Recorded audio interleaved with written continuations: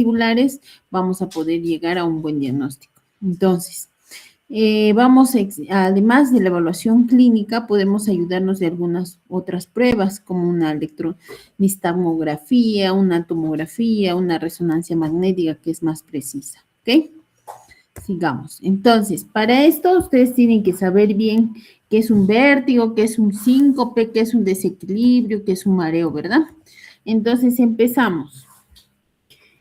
Pamela Panés, ¿qué es vértigo? ¿Cómo se define? Sí, doctora, vértigo es una ilusión de movimiento, hace que se giren las cosas, ¿no? Ya. ¿Qué opinas, Carvajal Fiorella?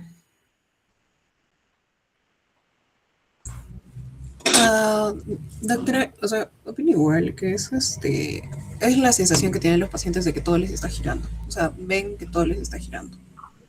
Ya. Soto, Keilin, perdón. También concuerdo con las compañeras que es el giro, sentir que giras, o sea, que tu cabeza gira.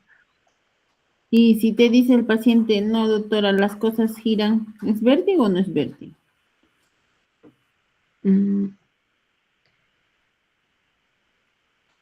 Vértigo es cuando es propio del cuerpo, cuando son de las cosas. No me ¿Cómo recuerdo. se llama de las cosas? Sí. Pamela Panés, ¿tú qué opinas? Doctora, yo creo que vértigo es cuando uno mismo, o sea, siente que las cosas giran. Sí, sí es vértigo. ¿Y si el cuerpo gira?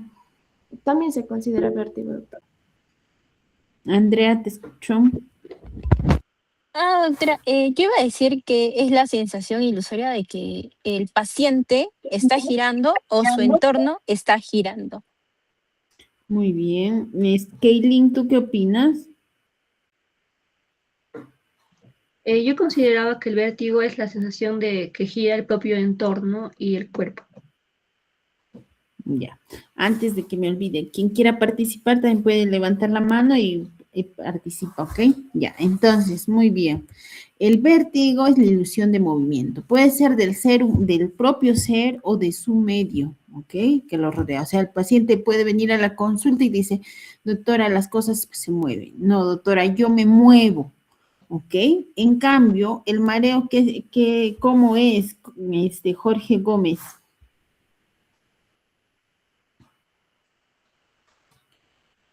Doctora, ¿me Jorge, escucha? recién. Ay, doctora, es la sensación que tiene el paciente de que se va a caer, doctora. De Cristian Manco, ¿qué inestabilidad. opinas tú? Cristian, Bueno, menciona que es una sensación. Me ve, doctora. ya sí. Ya. Bueno, menciona que es una sensación vagal, ¿no? Como debilidad o cansancio, en la cual es como un vaivén o como si no girara bien. Y además de ese paciente no te sabe explicar, ¿no? Entonces, podría ir yendo para lo que es un mareo, doctora. Camico, ¿qué opinas?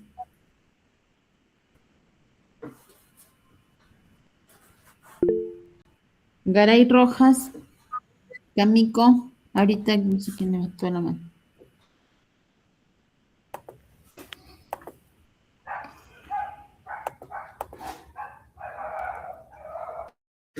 Garay.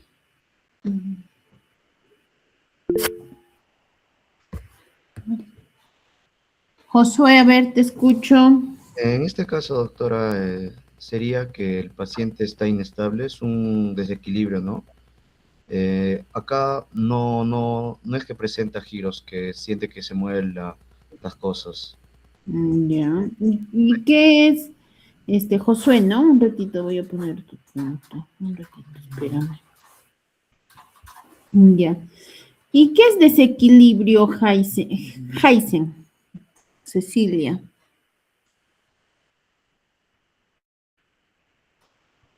Doctora, ¿me escucha?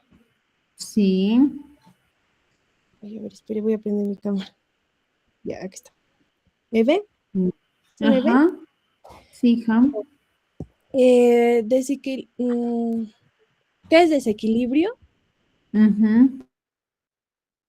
Mm, Bueno, sería como la dificultad o incapacidad para mantener la estabilidad o la postura y la marcha de la persona. Bueno, Milagros Clemente. Sí. Te escucho. Sí, nena. Ah, no, no te veo.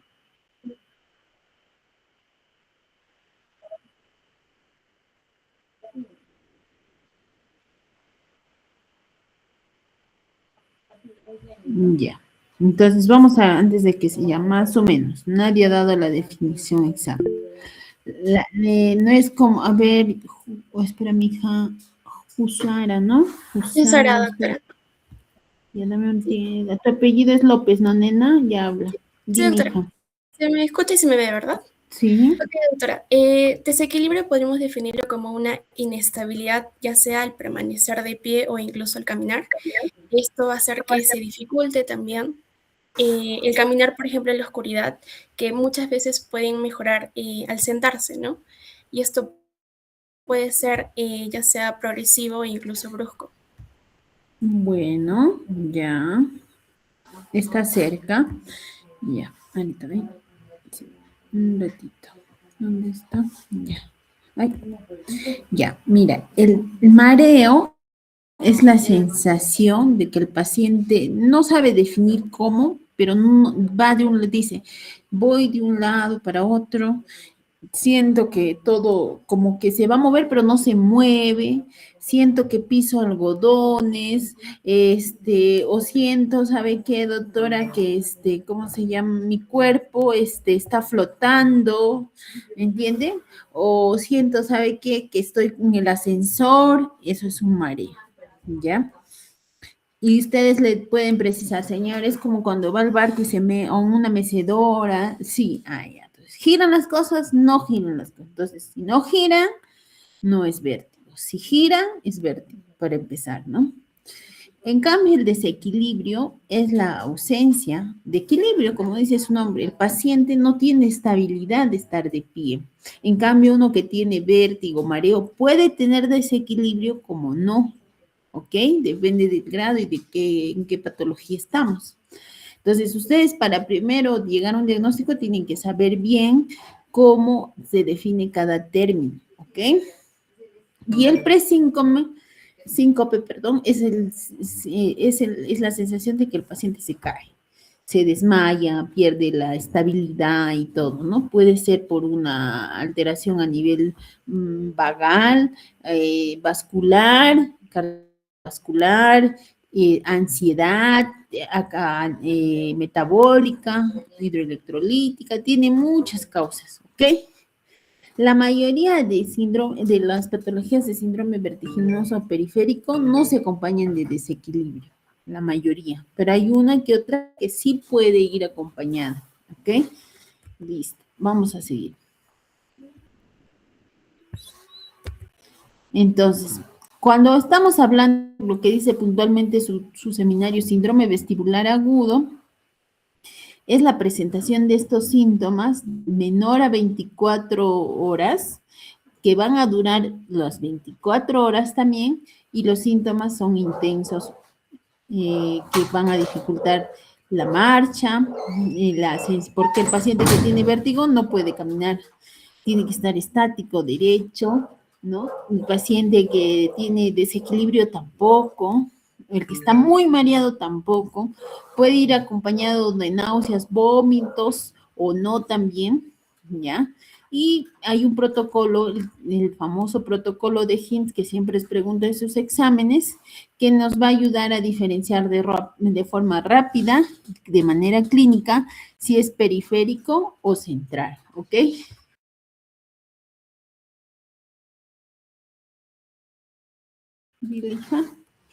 Entonces, la duración cuando hablamos de un vestibular agudo es mayor a 24 horas, es espontáneo, ¿no? Puede ser también por una causa traumática o tóxica, y acá van a ver las diferentes causas. Vamos para acá. Ay, ¿dónde está? Vamos a ocultarlo en el tapón. Ya. Entonces, la evaluación clínica va a ir de los siguientes síntomas y signos, ¿no? Los síntomas, doctora, tengo vértigo. Signos puede ser nistagmus, como que van a tener ciertas características, ¿no? Vamos a ver cómo su latencia, su duración, su posición, en qué dirección van, que es la que marca bastante, si es horizontal, vertical, multidireccional, si va asociado a algún otro síntoma, ¿ok? Un ratito.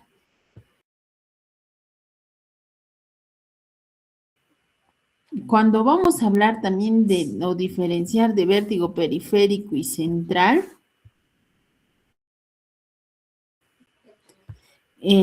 ¿cómo se llama? Tenemos que hablar también si van acompañados de síntomas de focalización.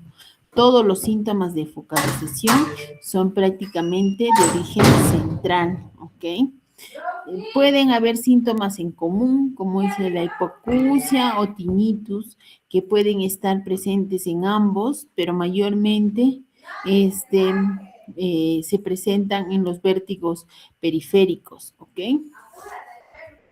Entonces, a ver, cuando nosotros vamos a descartar o queremos ver si estamos frente a un periférico central en la emergencia y qué es lo que más nos preocupa, descartar uno central, que es el más grave, digamos, nosotros tenemos que hacer una prueba que esté involucrado en el protocolo de Higgs.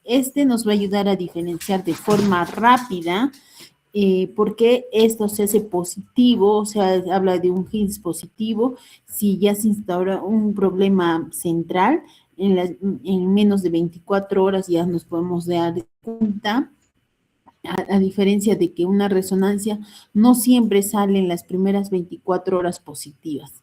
Este protocolo de Higgs involucra el test de impulso cefálico, el nistagmus y el covert test. Ahora les voy a pasar un video de cómo se hace. Otra prueba diagnóstica también para diferenciar, otra maniobra que nosotros tenemos que hacer es el Dix-Hallpike para diferenciar del vértigo paroxístico posicional benigno.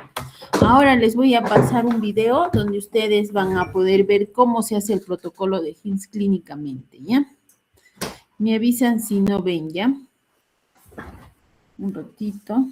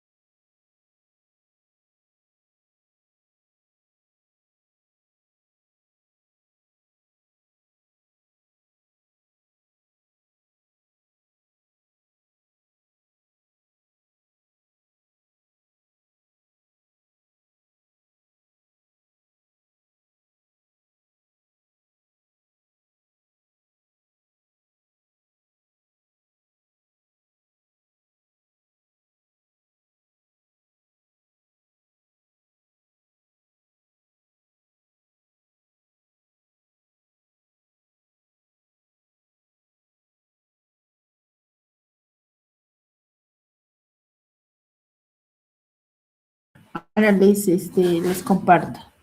Mostrar mi pantalla.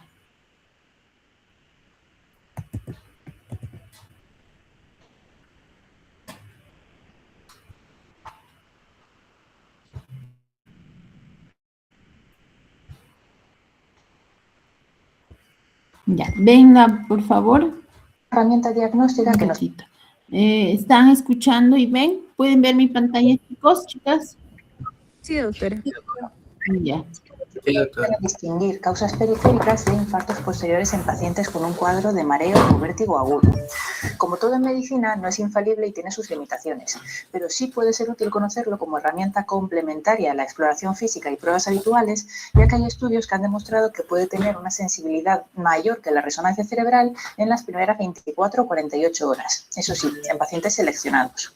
En primer lugar, debemos tener claro que el Higgs solo tiene sentido si se aplica en pacientes con un síndrome vestibular agudo. es decir, que presenten mareo o vértigo agudo, asociado a náuseas o vómitos, intolerancia a los movimientos cefálicos, inestabilidad de la marcha y nistagmus. El HINT se compone de 3 partes, 3 maniobras exploratorias, que son Head Impulse o maniobra de impulso cefálico, nistagmus y test de Skew. Un solo hallazgo patológico en cualquiera de estos 3 parámetros se considera sugestivo de infarto posterior, o al menos nos obligaría a descartarlo.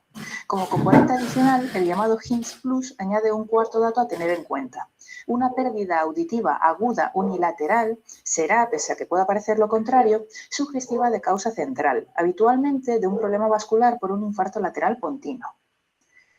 Empecemos con la maniobra de impulso cefálico. Idealmente se debe explorar al paciente sentado, aunque también puede realizarse tumbado.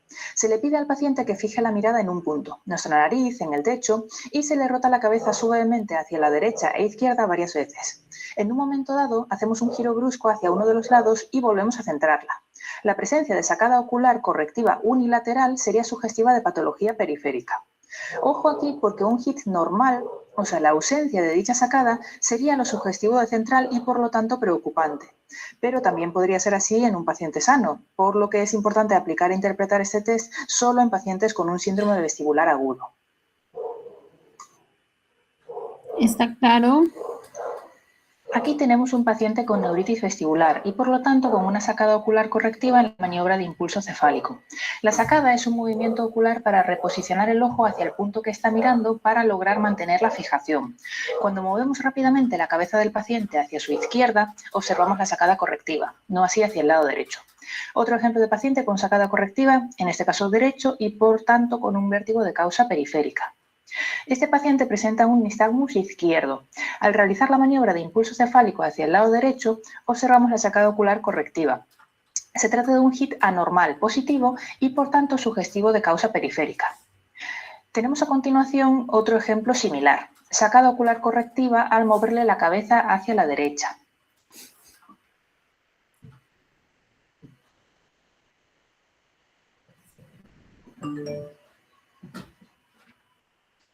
Y por último tenemos otro ejemplo más de sacada ocular con la maniobra hacia la derecha. Lo repetimos a cámara lenta.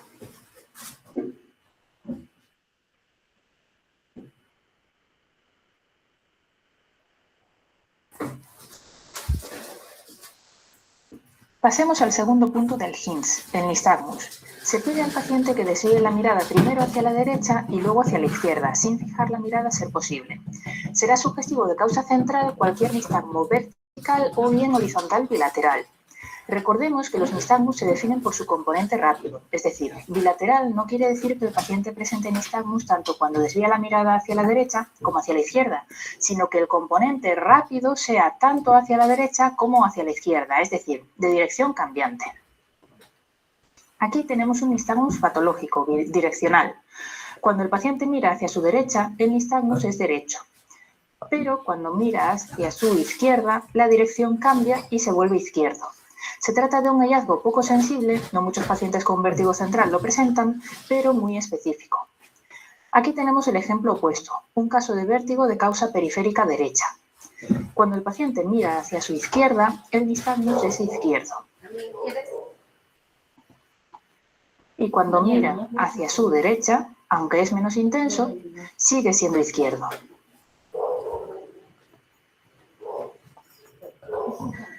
Por último tenemos el test de Skew.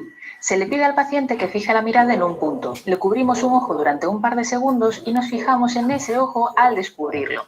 Se considerará positivo y sugestivo de causa central si observamos en dicho ojo un pequeño movimiento de recolocación, tanto si es unilateral como bilateral.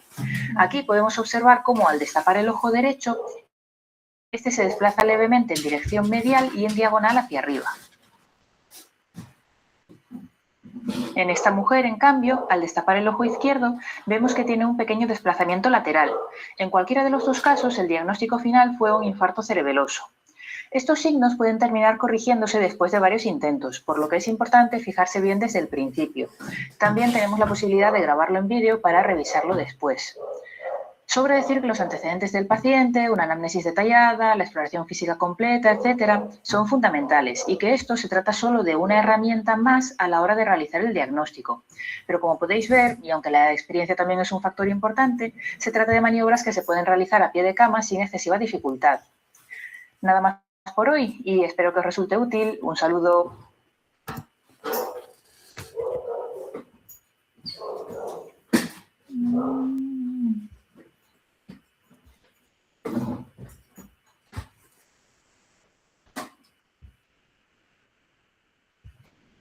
Ya. Entonces, ese es el HINS. Entonces, hablamos de un síndrome periférico central, que deben haber sus sacadas correctoras, o ausentes. Un momentito, por favor, chicos. Y lo otro es el nistagmo, ¿no? Su latencia, si no, cómo se va, a qué lado se va a ir, cuál es su fase rápida y el alineamiento que vamos a ver o la sacada al hacer el esquí. ¿Entendido? Ahora, ese es para diagnosticarnos. Si vemos que hay signos o uno de estos sale positivo, ya sabemos que es central, entonces ya tenemos que profundizar el estudio. ¿Qué hacemos? Una resonancia, evaluación por neurología para hacer el diagnóstico más preciso y ver otros síntomas asociados, ¿no? Lo otro es la neuritis vestibular, que es una de las patologías que la confundían mucho o no la sabían. Vamos a entender que esto viene, la neuritis vestibular es una dolencia de vértigo agudo, ¿ya? Que no se va a asociar a ningún síntoma o signo neurológico. Acá el HINS nos va a ayudar bastante a diferenciarlo de un central. ¿Por qué? Porque al ser de aparición brusca, el paciente amanece y tiene un vértigo intenso que no le permite estar parado, ¿ok?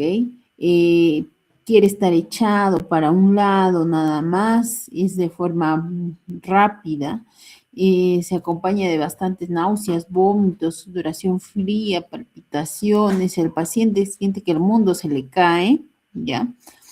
Y lo que les decía, ¿no? Lo va a tener en la cama y se echa sobre un lado, que ese lado es el lado sano, o sea, es el otro oído, ¿ya? Y va a haber nistagmos espontáneos, el paciente no puede estar tranquilo. Entonces, pero ninguno de esta patología no se acompaña de ningún síntoma auditivo, ¿no? Como hipoacusia, acúfenos o tinnitus, sensación de taponamiento, nada. Ni signos neurológicos. Entonces, una vez que tenemos este paciente, hay que descartar por su presentación aguda, brusca, intensa, hay que hacer un diagnóstico diferencial con un infarto cerebeloso, que es una causa de vértigo central, una esclerosis múltiple, infecciones bacterianas a nivel del oído que pueden estar ocasionando esto. El tratamiento primero es sedar, ¿no? Con dimethidrinato, sedar a nivel vestibular, hidratación, porque tienen muchas náuseas, vómitos, también se asocia con un trastorno electrolítico y corticoides. Y esto puede demorar en rehabilitarse hasta un mes, por lo que se recomienda hacer una rehabilitación vestibular. El otro vértigo que engloba los vértigos agudos de origen periférico es el vértigo periférico paroxístico posicional benigno. Ya les dije que este es el más frecuente. Se va a asociar con, muchas veces el paciente ya tuvo una neuritis vestibular como antecedente, osteoporosis, déficit de vitamina B, se habla mucho que hay mayor presentación en mujeres, en edad menopáusica, y esto se produce porque los fragmentos de carbonato de calcio que están dentro de los canales semicirculares se llegan a desplazar y a flotar. Y no van y cuando el paciente mueve la cabeza no se posiciona y están flotando. Por eso es que el paciente al girar o hacer cambios posturales empieza con un vértigo, ¿no? Entonces, esto puede ser de duración corta, minutos, o puede demorar mucho tiempo. Dependiendo, puede ir acompañado con náuseas, vómitos de intensos como moderados, ¿ok? Y para esto hay que hacer la maniobra de Dix-Hallpike, la cual nos va a orientar a cómo está. Ahora les voy a pasar ¿cómo se llama? La maniobra de Dix-Hallpike.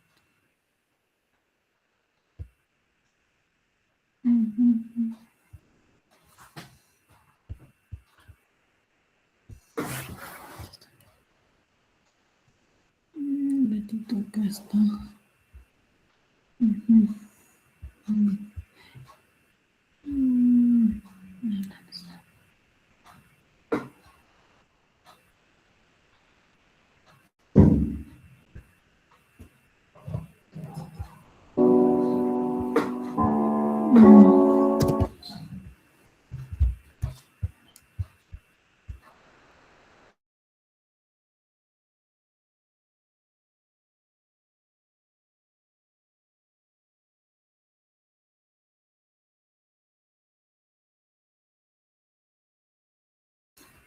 Ya, a ver, vamos.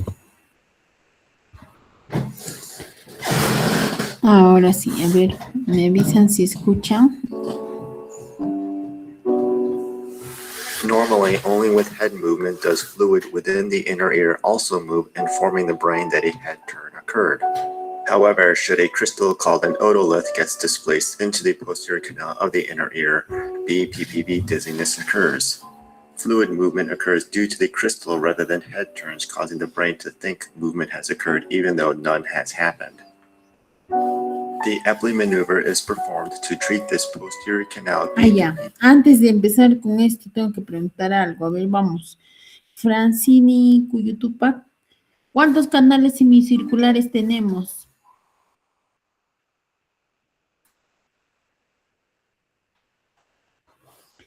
Francini.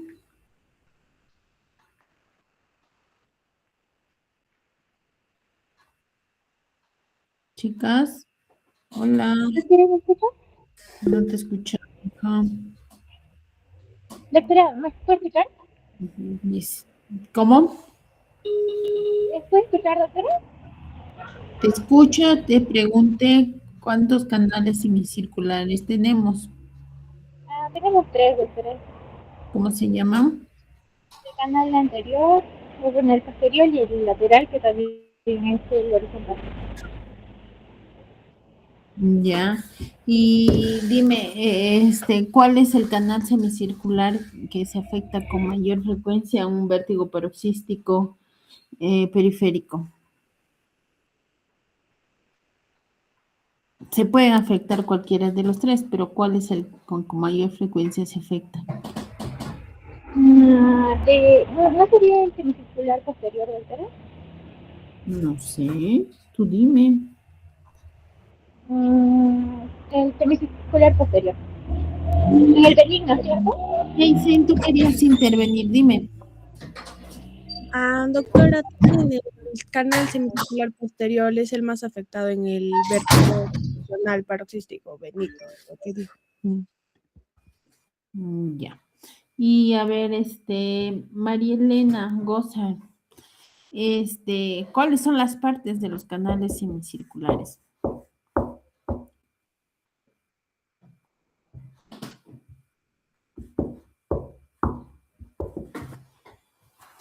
María Elena Gozar.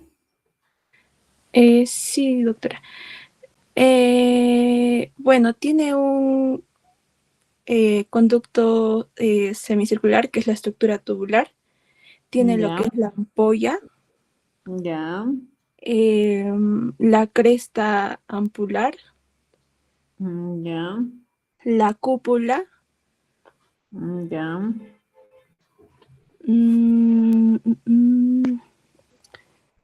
¿Dónde está el sáculo y el utrículo?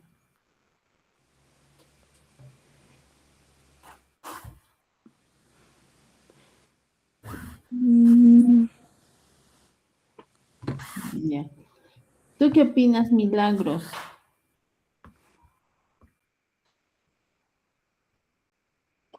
Sí.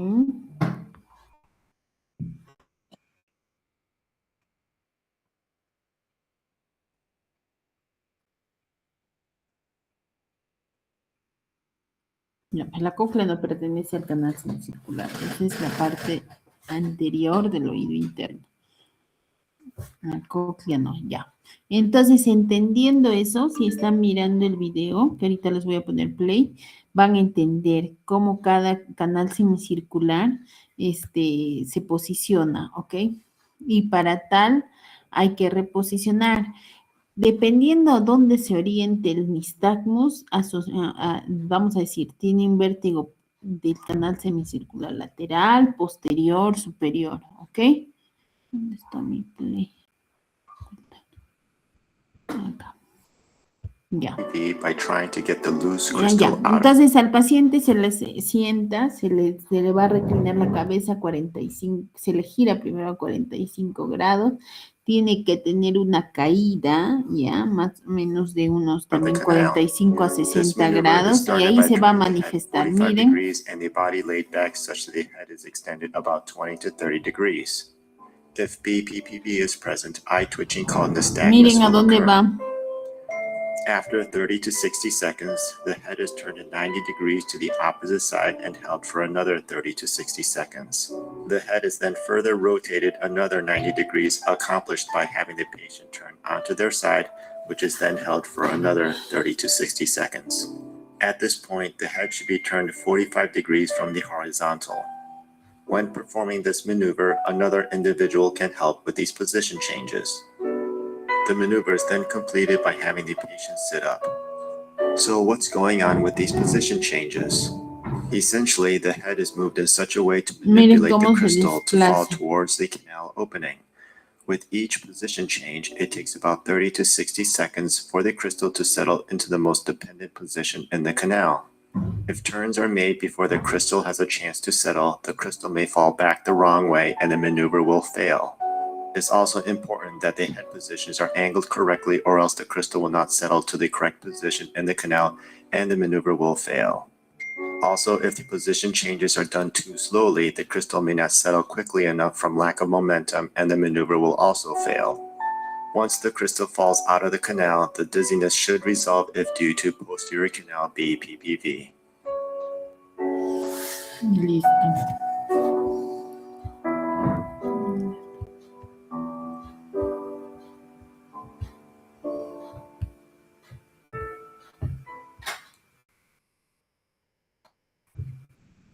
Entonces, Normalmente, el líquido del oído interno solo se mueve con el movimiento de la cabeza, lo que informa al cerebro de que se ha producido un giro de cabeza. Sin embargo, si un cristal denominado odolito se desplaza hacia el canal posterior del oído interno, se produce el mareo por VPPV.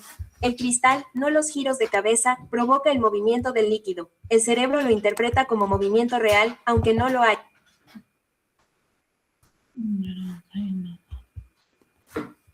ya.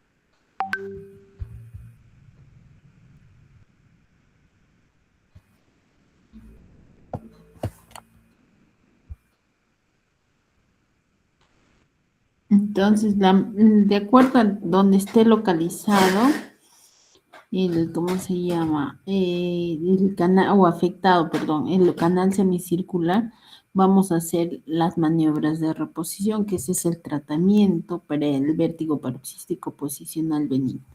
Entonces, por eso hablábamos de los canales, de las cúpulas, para de acuerdo a eso ver, ¿no? En la maniobra de Epley, la maniobra de Semo y de la de Lempe. Ahora vamos a ver cómo es cada maniobra, ¿ok? Perdón.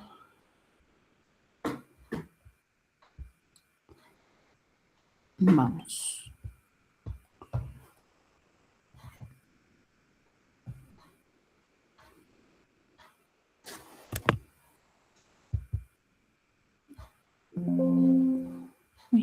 ratito. ¿Dónde está? Un ratito, chicos, de batería.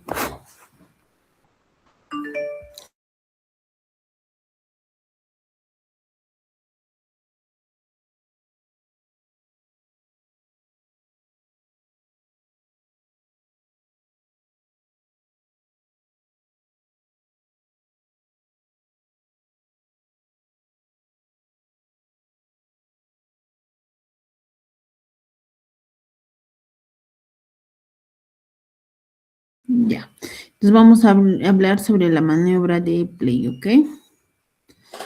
La maniobra de play. Ay, ¿dónde está? Un ratito, por favor. Ujú.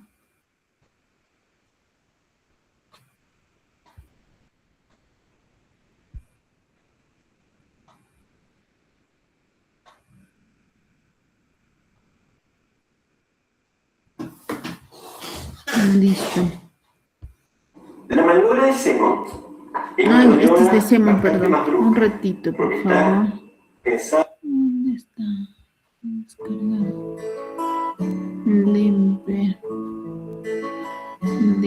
Uy, un ratito voy a abrirlo. Normally, only with head movement does fluid within the inner ear also move, informing the brain that a head turn occurred. However, should a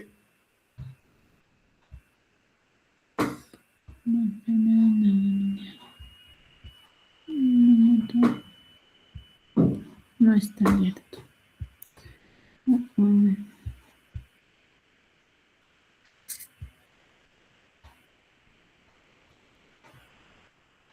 El play, ¿dónde está? No.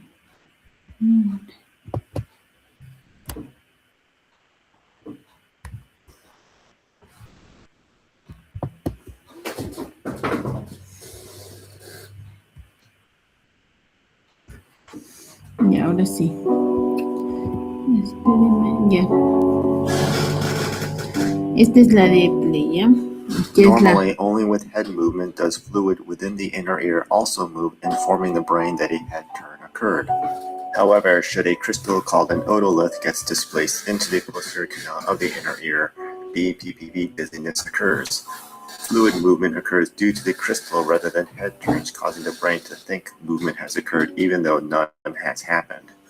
The Epley maneuver is performed to treat this posterior canal BPPV by trying to get the loose crystal out of the canal. This maneuver is started by turning the head 45 degrees and the body laid back such that the head is extended about 20 to 30 degrees. If BPPV is present, eye twitching called nystagmus will occur. After 30 to 60 seconds, the head is turned 90 degrees to the opposite side and held for another 30 to 60 seconds. The head is then further rotated another 90 degrees, accomplished by having the patient turn onto their side, which is then held for another 30 to 60 seconds. At this point, the head should be turned 45 degrees from the horizontal. When performing this maneuver, another individual can help with these position changes. The maneuver is then completed by having the patient sit up. So what's going on with these position changes? Essentially, the head is moved in such a way to manipulate the crystal to fall towards the canal opening.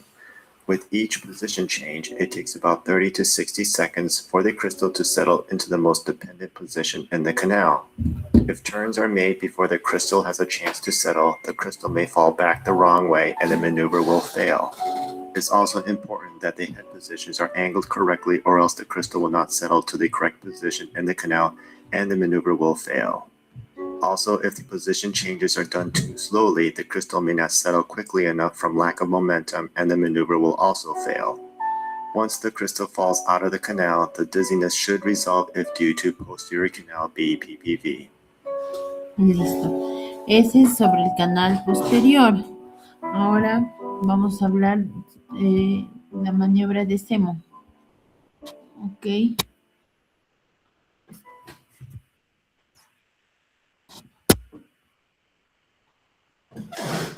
Abajo, en el concepto de que las partículas están adheridas a la cúpula de la ampolla de canalización circular.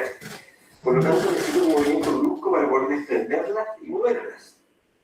Entonces, esta maniobra, obviamente, en un paciente de tercera edad es muy difícil realizarla, porque el paciente, si no tiene una buena movilidad, no va a colaborar con usted y le va a costar participar de la maniobra. En las personas jóvenes es más fácil.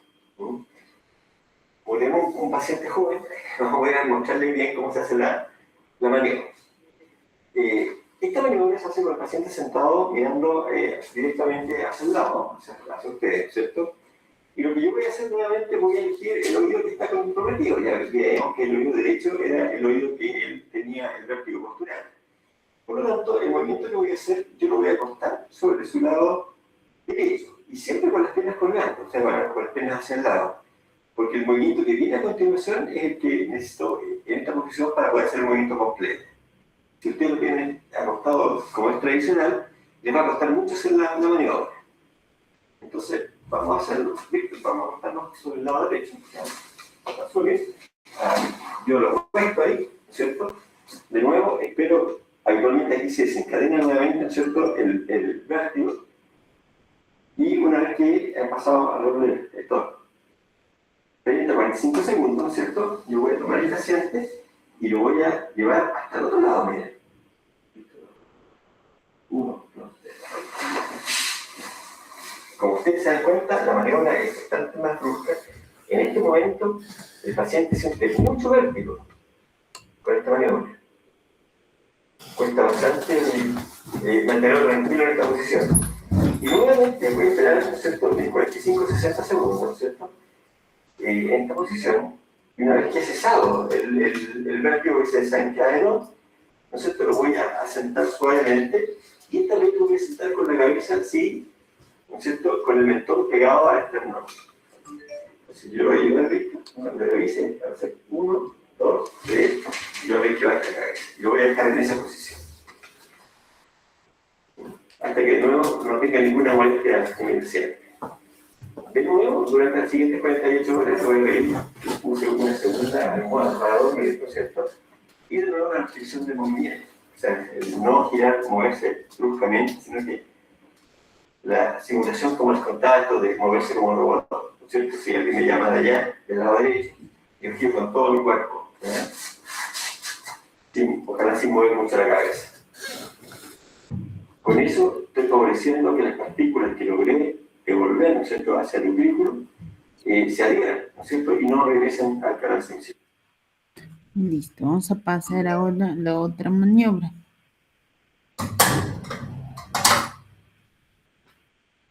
Listo.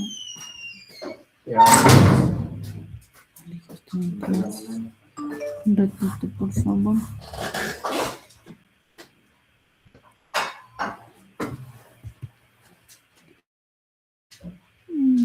Esta es la desarme.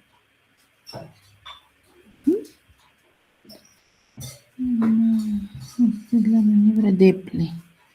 Esta es la Deple.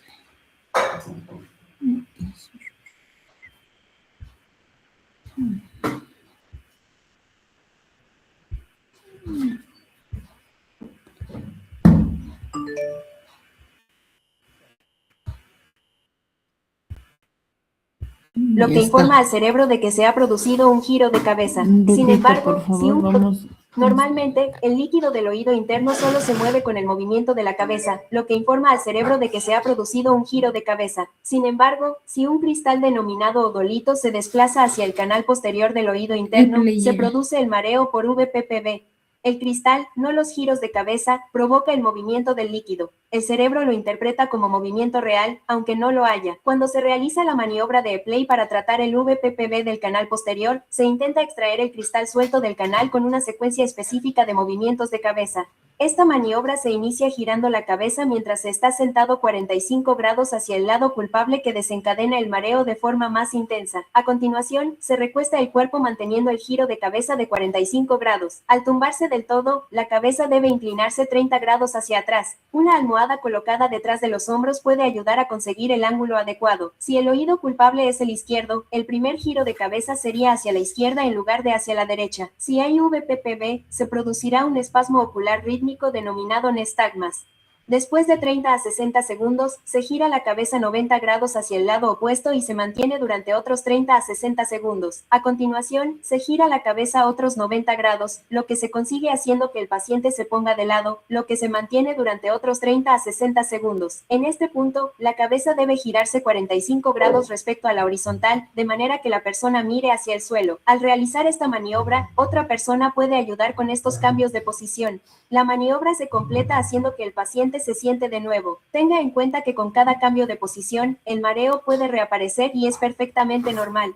Entonces, ¿qué ocurre con estos cambios de posición? Básicamente, la cabeza se ha movido de tal manera que manipula el cristal para que caiga hacia la abertura del canal. Con cada cambio de posición, el cristal tarda entre 30 y 60 segundos en asentarse en la posición más inclinada en el canal. Si se realizan los giros antes de que el cristal tenga la oportunidad de asentarse, el cristal puede caer en la dirección incorrecta y la maniobra fracasará. También es importante que las posiciones de la cabeza estén en el ángulo correcto o, de lo contrario, el cristal no se asentará en la posición correcta en el canal y la maniobra fallará. Además, si los cambios de posición se realizan demasiado lentamente, es posible que el cristal no se asiente lo suficientemente rápido por falta de impulso y la maniobra también fallará. Una vez que el cristal se cae del canal, el mareo debería resolverse si se debe a VPPV del canal posterior. Si se realiza correctamente y con éxito, realizar esta maniobra solo una vez curará el VPPV en el 80% de los casos y no será necesario repetir las maniobras.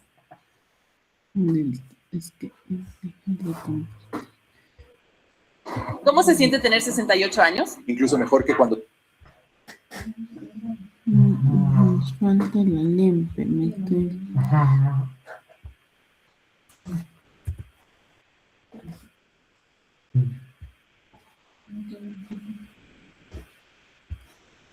Un ratito, por favor, nos falta la lente.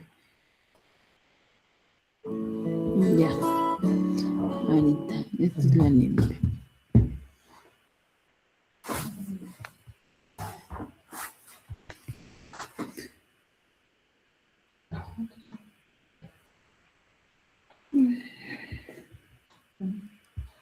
Compartir.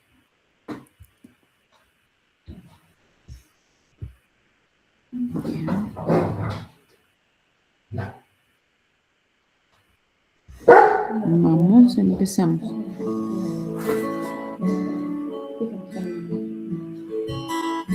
Normally, only with head movement does fluid within the inner ear also move, informing the brain that a head turn occurred. However, should a crystal called an otolith gets displaced into the lateral or horizontal canal of the inner ear, BPPV dizziness occurs. Fluid movement occurs due to the crystal rather than head turns, causing the brain to think movement has occurred even though none has happened. The Lempert or barbecue maneuver is performed to treat this lateral canal BPPV by trying to get the loose crystal out of the canal. This maneuver is started by turning it at 90 degrees while the body is laid back. If BPP is present, side-to-side eye twitching called nystagmus will occur. After 30 to 60 seconds, the head is then turned such that one is facing down, and this position is again held for 30 to 60 seconds.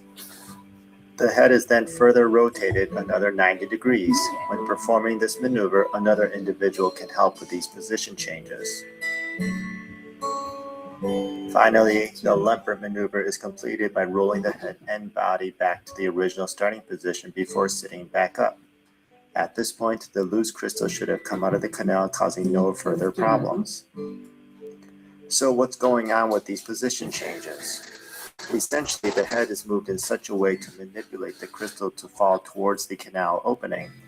With each position changes, it takes about 30 to 60 seconds for the crystal to settle into the most dependent position in the canal. If turns are made before the crystal has a chance to settle, the crystal may fall back the wrong way and the maneuver will fail to work. It is also important that each of the head positions are fully turned, or else the crystal will not settle to the correct position in the canal and the maneuver will fail. Also, if the position changes are done too slowly, the crystal may not settle quickly enough from lack of momentum and the maneuver will fail. Once the crystal falls out of the canal, the dizziness should resolve if due to lateral canal BPPV.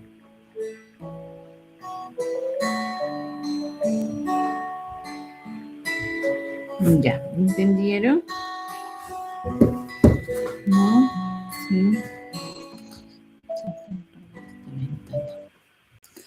Vamos a dejar de compartir y vamos a continuar. Un segundo.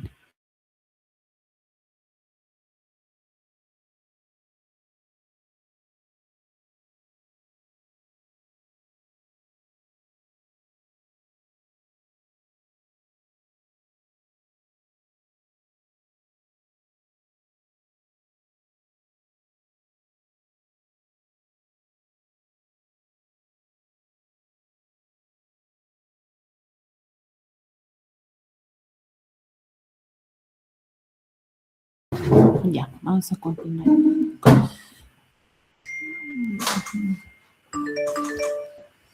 Entonces, el otro vértigo que vamos a hablar va a ser sobre el vértigo, ¿cómo se llama?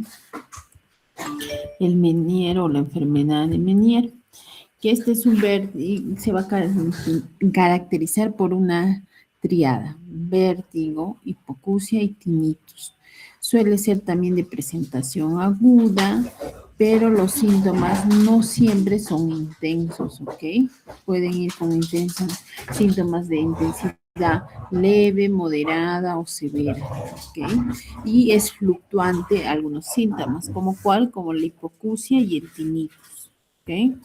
Entonces, cuando vamos a hablar de vértigo, al paciente viene a la consulta y dice: doctora, ¿sabe qué? Tengo vértigo. No causa mucho desequilibrio en fases no agudas como tal. Entonces, al paciente se le pregunta, ¿y hay sensación de taponamiento de oídos, pierde la audición o baja su audición? ¿El tinnitus se incrementa en intensidad o qué otro síntoma más va asociado? No va acompañado de síntomas de origen central, ¿no? O de, ¿cómo se llama? De focalización, ¿ok? Y cuando están en fase aguda, siempre hay una baja auditiva en las frecuencias de 125, 250 y 500 Hz ante una audiometría. Es por eso que en este caso el paciente tiene que ser evaluado con una audiometría, ¿no? Se habla de muchas causas, no se habla de una sola causa, pueden ser anormalidades en la misma estructura ósea del hueso temporal, hipoplasias del acueducto vestibular o también a nivel de la neumatización mastoidea. También se habla de causas genéticas, son 3 minutos, inmunológicos, de causas virales, vasculares, y hay una patología que se llama migraña vestibular, que ahorita vamos a hablar, que siempre casi van asociados, ¿ok? Y también de causas psicológicas, ¿no? Pacientes ansiosas, neuróticas, estresadas, también pueden presentar cierto grado o hacer crisis, básicamente. Tratamiento es de tipo sódica, diuréticos, beta-histidina, corticoides, dependiendo del caso. Acá les voy a pasar un video más donde van a poder ver cómo es la enfermedad de Menier. Un ratito, chicos.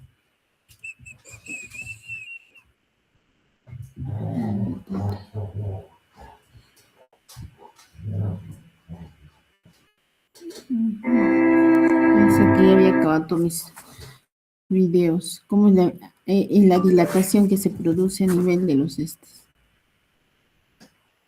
Un poco diferente.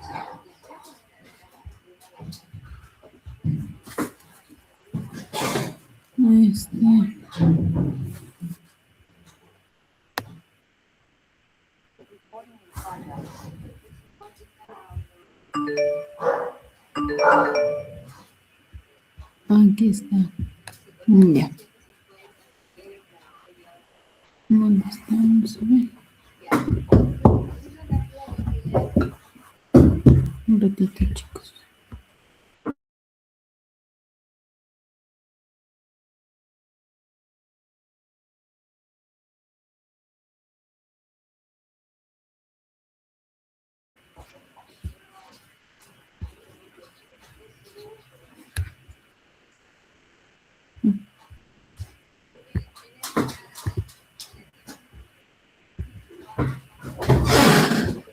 Ya. Listo, a ver, escuchan.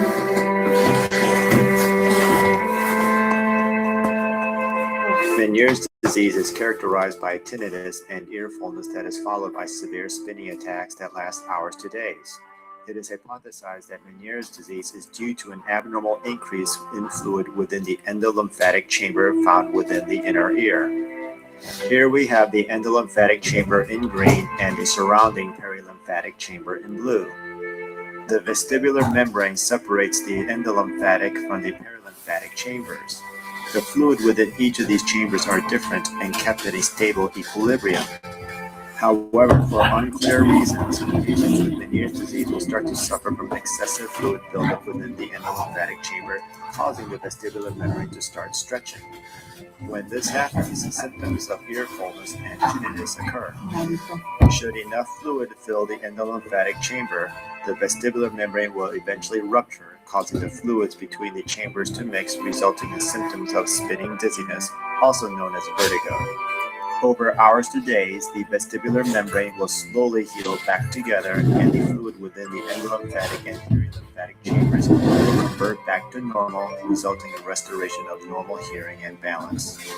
In order to prevent fluid from building up in the endolymphatic chamber, patients are often instructed to avoid salt, caffeine, and alcohol. Diuretics may even be prescribed in order to help prevent fluid buildup. Should medical management fail, surgical intervention can be performed. With endolymphatic sac decompression surgery, the bone around the endolymphatic sac is removed and a shunt placed to physically drain fluid out of the endolymphatic sac to prevent excessive fluid buildup.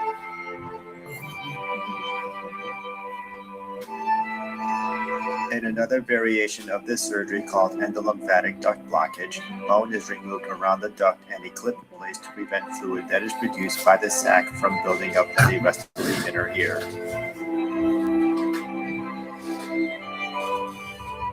Finally, if vertigo is still not well controlled, the nerve going to the inner ear balance system can be cut surgically.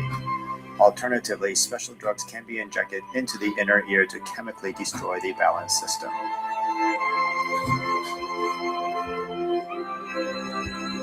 Entonces, el vértigo, perdón, en la enfermedad de Meniere es una enfermedad que va a ir avanzando, va a ir, ¿cómo se llama? Rompiendo la membrana, Naruto, venga, rompiendo la membrana tectoria, va a haber, conforme pasan los años, se habla hasta los 10 a 20 años, pues el paciente lo que va a ocasionar es una invalidad de la audición, ¿no? Entonces, vamos a ver ahora lo último, que es la migraña vestibular, ¿ya? La migraña vestibular es una causa muy frecuente de ataques de vértigo, mayormente en pacientes mujeres, que va a ir acompañado de síntomas como la migraña, una cefalea pulsátil, con fotofobia, fonofobia. Este vértigo, se va a decir que va a tener, va a corresponder a una hora de la migraña, que va a depender mucho, Naruto, caramba, un ratito. Va a depender mucho de la frecuencia también que se va a presentar, y el paciente puede presentar los síntomas, con síntomas como con un aura o sin aura, de forma espontánea, o también que le puede presentar de forma provocada por ingesta de algunos alimentos, como el chocolate, el café, se habla, o también de forma, como les digo, sin mayor otro síntoma acompañante, ¿no? Entonces, para eso nosotros tenemos que tener los criterios diagnósticos, ¿no? Se hace un buen interrogatorio, al paciente se le pregunta si también sufre de migraña, ¿no? Y si estos, cómo van estos síntomas vestibulares, ¿no? De qué intensidad, son moderados o severos. y puede durar una corta duración, o sea, ser muy rápidos en pasar o pueden durar días, ¿no? Y estos síntomas tienen que ir asociados, como les digo, con las características de una cefalea migrañosa, ¿no? De acuerdo a eso, se dice que esto va a ir asociado a la enfermedad de Meniere, ¿no? Se relaciona mucho, ¿no? El tratamiento, en este caso, primero es, ¿cómo se llama? Al paciente tenemos que hidratarlo, darle antieméticos para bajar, sedar un poco a nivel vestibular también, los AINES para el dolor y los triptanes, ¿no? Dependiendo de, ¿cómo se llama?, de cómo se siente el paciente, vamos a ir escalando también algunos tratamientos, ¿no?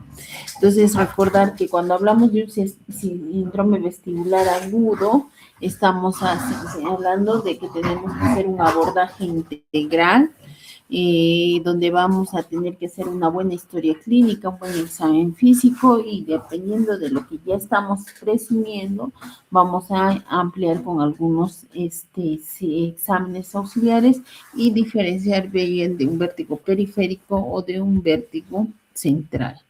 ¿Ok? Entonces, ¿está claro hasta ahí? Voy a hacer unas últimas preguntas para los que faltan.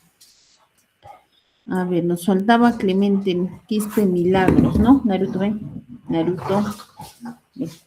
Milagros, ¿estás presente? A ver, y de ahí voy a lanzar dos preguntas más, ¿ya? Digamos, el paciente viene a la consulta de la emergencia, es una mujer de 40 años, con antecedente de haberse caído, hace un mes, ¿ya?, de sus escaleras, se golpeó la cabeza y no tiene ninguna comorbilidad y viene y dice, doctora, todo me gira, tengo náuseas, tengo vómitos, amanecí y, o sea, llega la emergencia, estamos hablando que llega la emergencia, amanecí sin poder pararme, ¿no? Entonces, ¿qué le preguntas más y cuál es tu probable presunción diagnóstica?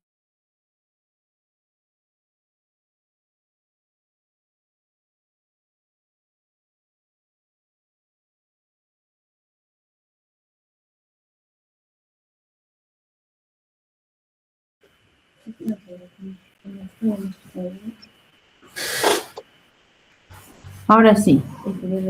Ya, vamos.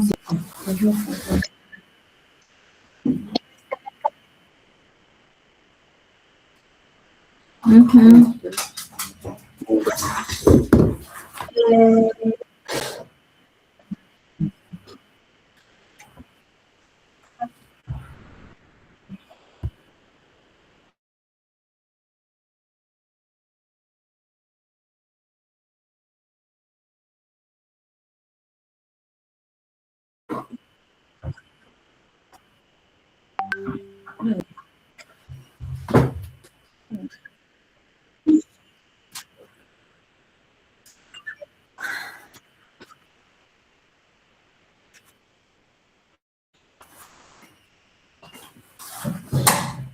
Ya, no, cuando muevo la cabeza, no. Solo cuando me desperté estoy así. Ya te respondió. Ya te respondió que cuando mueve la cabeza no le pasa nada. No se incrementa ni disminuye.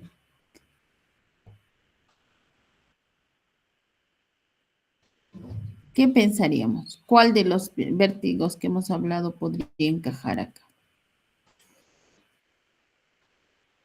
El nistagmus es marcado. Ah, doctora, sabe que estoy que vomito. Tengo muchas náuseas. No puedo estar parada. ¿Qué dice Fiorella?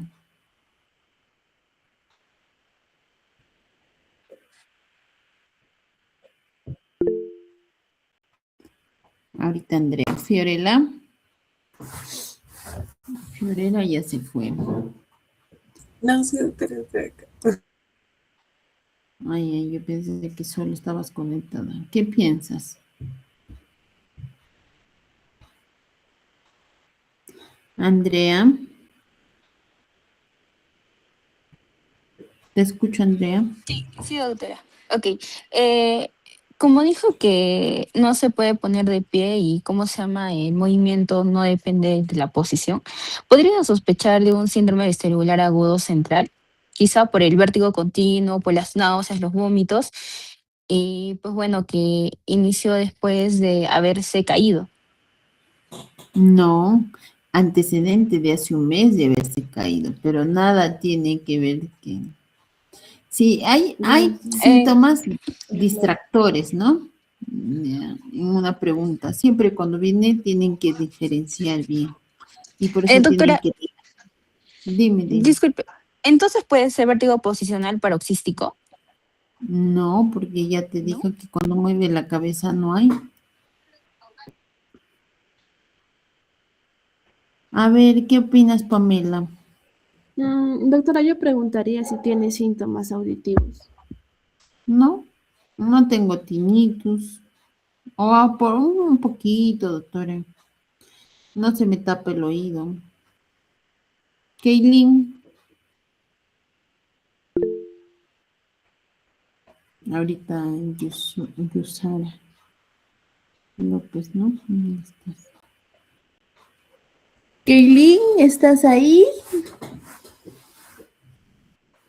Sí, doctora. Ay, ay, ay, iba a poner tu falta. Podría ser lo que es una migraña vestibular. No te he dicho que le duele la cabeza.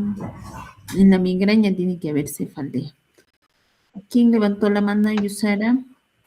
Doctora, sí, bueno, por la sintomatología que ha mencionado, que presenta náuseas, vómitos y que amanece sin poder pararse, ¿puede ser una neuritis vestibular, doctora?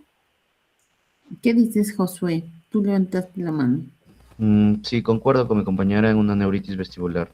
Lo Además, más porque probable, ¿no? de inicio brusco es, ¿no? Es Por agudo. el exacto, amaneció así, es agudo y no puede.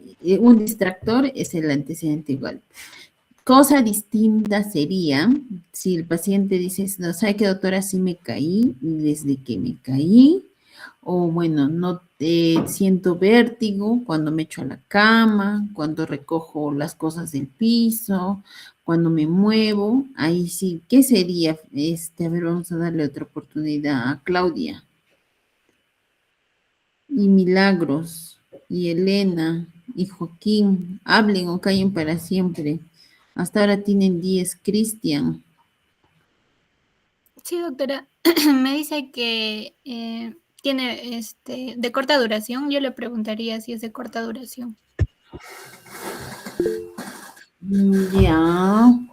¿Qué dices, Pamela? ¿Dónde estás, Pamela? Pamela, ¿qué Doctora, en este caso yo pensaría que es un vértigo periférico posicional paroxístico benigno, porque menciona que cuando recoge las cosas le viene el vértigo. Ya. ¿Qué opinas, Carvajal, Fiorella? Tu última oportunidad, hija, pura. Soto, Keilin.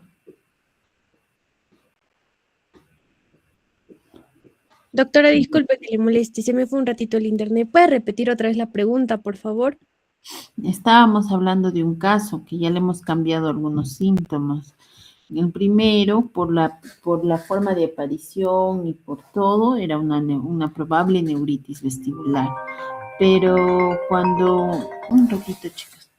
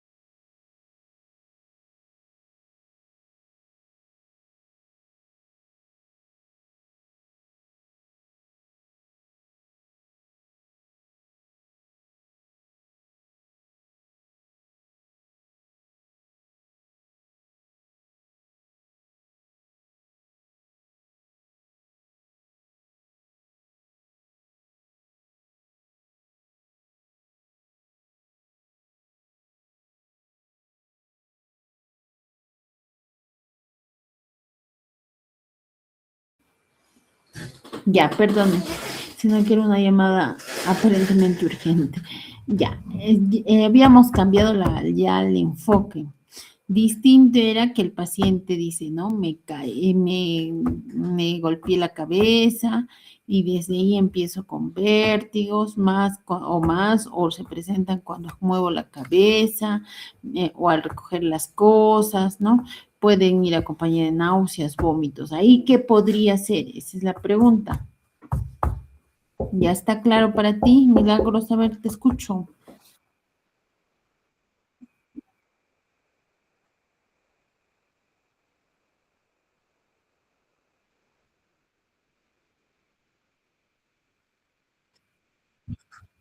Ya.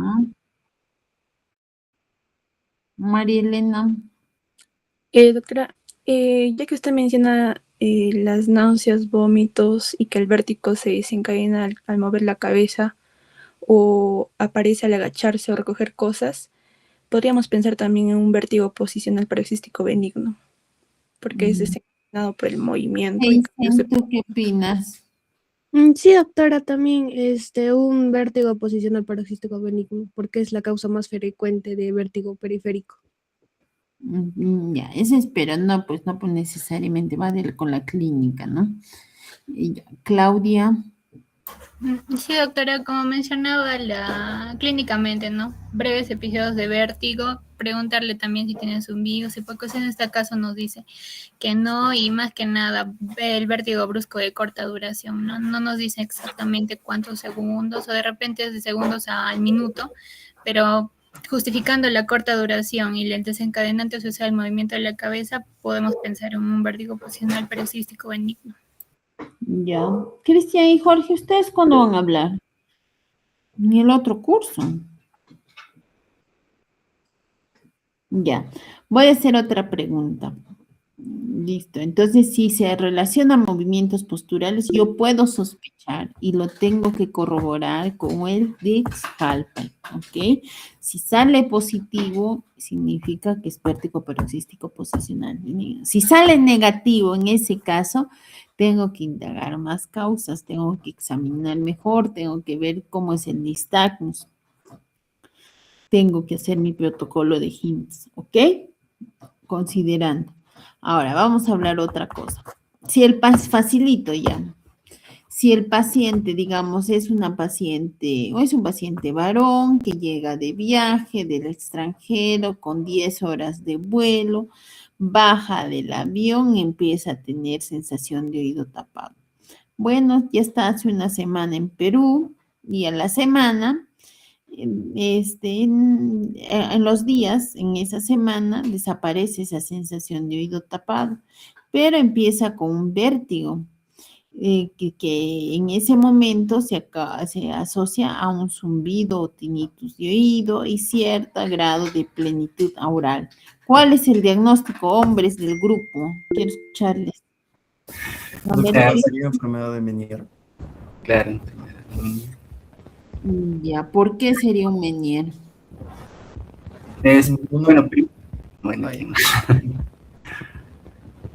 ¿Por qué? Primero sería enfermedad Menier, doctora, porque una es la sensación que tiene, ¿no? De plenitud, otra es la sensación oral, y otro que nos menciona es la que es fluctuante, ¿no? Intermitente, que tiene el paciente de su vértigo, ¿no? ¿Tú qué dices, Jorge? Doctora, lo mismo, pero me gustaría hacerle más preguntas. Si presenta hipoacusia, tinnitus. Ya, sí había tinnitus, ya te he dicho que ya tiene tinnitus, zumbido de oído. Sí tiene, ya está. Claro, o sea, si tiene tinnitus, hipoacusia y está acompañado o puede presentar náuseas y vómitos, con eso ya confirmaría, doctora. ¿Qué cosa? La enfermedad de Menier. No confirmaría, se sospecha, ¿ok? La enfermedad de Menier es uno de los diagnósticos que se hace por descarte y se corrobora con una curva audiométrica que es en forma de cuchara, se habla, o sea, de frente no, que es una gran sospecha, no le van a decir al paciente, usted tiene Menier, porque el Menier no tiene cura, ¿ok? A ver, dígale a un paciente si no está seguro. Y se hablaba antes que solo el diagnóstico se corrobora post-mortem, ¿ok? Entonces es bien difícil. Entonces, ¿yo qué sospecharía? Un Menier, pero de ahí tengo que descartar, tengo que ver cómo es un nistagmo, o sea, dónde se va el nistagmo, indagar correctamente, si le hago una audiometría, si en verdad el paciente puede decir, doctor, no escucho, pero quizás no sabe ni siquiera expresar qué cosa es no escuchar o qué cosa es una plenitud neural, ¿me dejo entender? Entonces, todo eso ustedes tienen que preguntar bien. Entonces, en ese caso, se sospecha de una enfermedad de Menier. Listo. Ya, chicos, yo creo que van a dar bien su examen. Entonces, hemos acabado. Ah, ya, Heisen quería hablar, ¿no? Perdóname, hija, antes que me olvide. Te escucho. No, doctora, también quería responder lo mismo, lo de la enfermedad de Menier. Ya, y Claudia, ¿tú qué quieres decir? No, doctora, quería contarle nada más que sí también podríamos preguntarle por algunos factores de riesgo, como mencioné en clase, sobre virus herpes tipo 1, si había tenido lesiones isquémicas o hemorrágicas y eso, ¿no? Las migrañas o psicológicas, ¿no?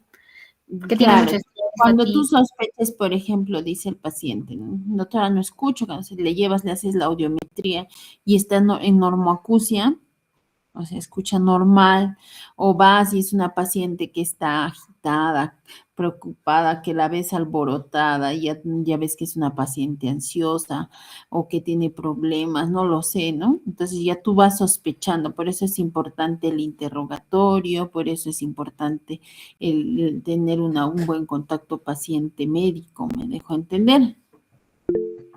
Y de ahí corroboras. Y Kaylin, dime. Si el signo de Romberg también se puede utilizar para diferenciar lo que es el vértigo periférico y central. ¿Cómo? El signo de Romberg, para diferenciar lo que es el vértigo Pero el periférico. Romberg es más para central, hija. Cuando ya Porque- nosotros vemos el Romberg, ya es una evaluación más para descartar cuando sospechamos entre central. No, porque estaba viendo videos donde decían que si es que solo se afecta de un lado, es periférico, y si se afecta de ambos lados, es central. No, eso es una prueba que defina o diferencia. Complementa. Sí, doctora, Si gracias. tú estás sospechando que es algo central, tienes que hacer una evaluación neurológica. Ver pares craneales, ver cómo está el equilibrio y todo. Y ahí recién, pues, pero no es un examen para descartar. ¿Ok? Ya, chicas. Entonces, conmigo es hasta el examen. Nos vemos. Chao, Lin. Gracias, doctora. Gracias, doctora. Chao. Gracias, doctora.